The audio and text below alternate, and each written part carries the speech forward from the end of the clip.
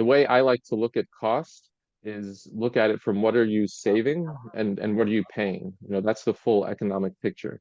So if we start by looking at what you're saving when you do this kind of thing, and this is looking at just a 100 unit apartment building in the city, how much you can save in energy costs, how much you can save in facade and HVAC maintenance costs, and how much you can save in CO2 emissions. Going back to local law 97, avoiding these CO2 fines. And if you actually get below your limit, actually be able to sell those credits to others.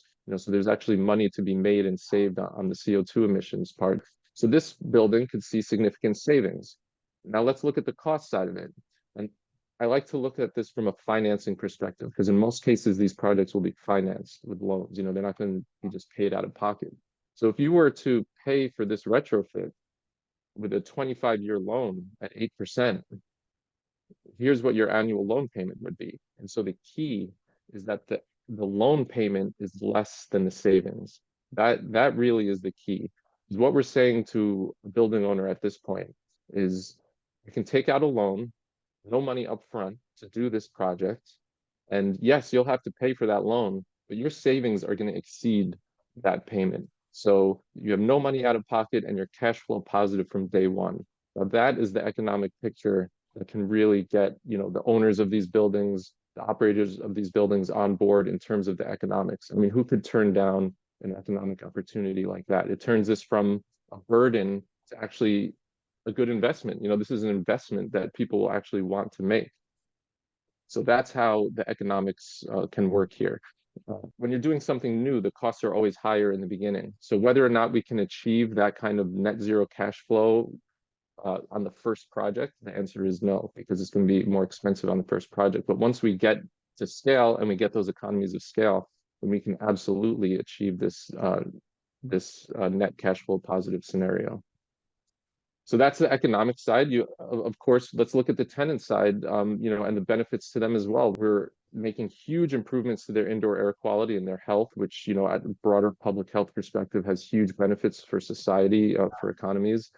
It's going to be the absolute best in terms of comfort, but also acoustics. And when we talk about acoustics, the heating and cooling system is going to be very quiet, but also the acoustics from outdoors.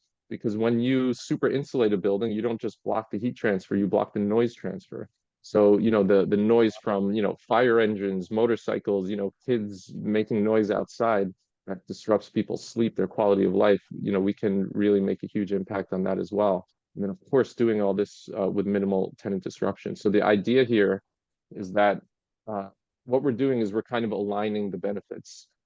Not only do the owners and operators get huge benefit from this, but the tenants, the people living in the building, get huge benefits from this. So this whole affordable housing conversation discussing that we have now, where the two sides are kind of butting heads, which I see as being because there are no good solutions. Right now, there's only bad solutions. And when you only have bad solutions, somebody's going to get screwed. And so you fight over who's going to get screwed.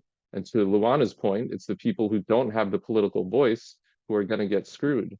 But what I want you to imagine is a different scenario where we can actually have solutions that are good for the owner operators and good for the tenants. And imagine once they're aligned and they both want to see this happen and they're both on the same side pushing this forward, just imagine what an impact that could have on the city and, to the benefit of all of us.